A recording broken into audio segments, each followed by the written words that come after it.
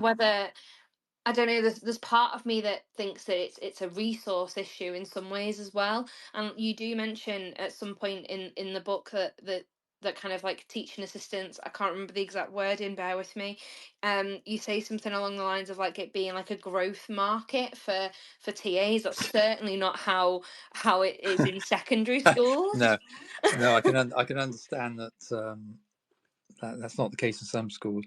I think it was, then there comes the problem, which I talk in another chapter about the help we give students, and I think it was a bit of research done. I think it was the Educational Endowment Foundation, I Mhm. think, about use of teaching assistants, and that they found that there was a tendency, teaching assistants sits with the so-called lower ability Mhm. children, and they're helped and they're helped and they're helped, and that what they're really helping them with is to complete the task. They're Yeah. not helping them to learn independently. They're fostering this sort of sense of dependency, and just getting them through the task. And So I don't know if that's what you mean. what I do don't know you if that's what. Go on. what do you suggest that we do to, if you are lucky enough, at like my last school, we had no teaching assistants. We just had kind of people that looked after the students with like kind of physical needs. But what would you suggest to someone who does work with TAs, and what would you suggest that they do to make that work better?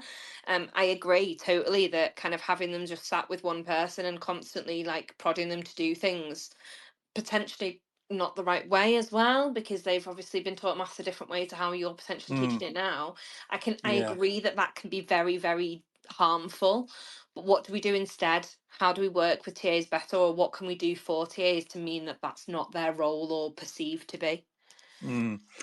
Um, well, again, I can only come back to the point that this is sort of about sort of culture in the classroom, and if children are used to, right from the very early years, used to, the expectation that, okay, you're struggling with this, but you can sort of grapple. This idea that you can let students grapple with things, and it's okay to find it difficult. It's okay to sort of talk to somebody about it and appear, and a sort of more, instead of everything being taught, and everything being prompted, and having somebody sat with you all the time. And as I say, again, it's quite, if children learn that every time they struggle, as soon as they struggle, or even before they become struggle, they're going to have a teaching assistant at their elbow, helping them, going through it, asking them, prompting.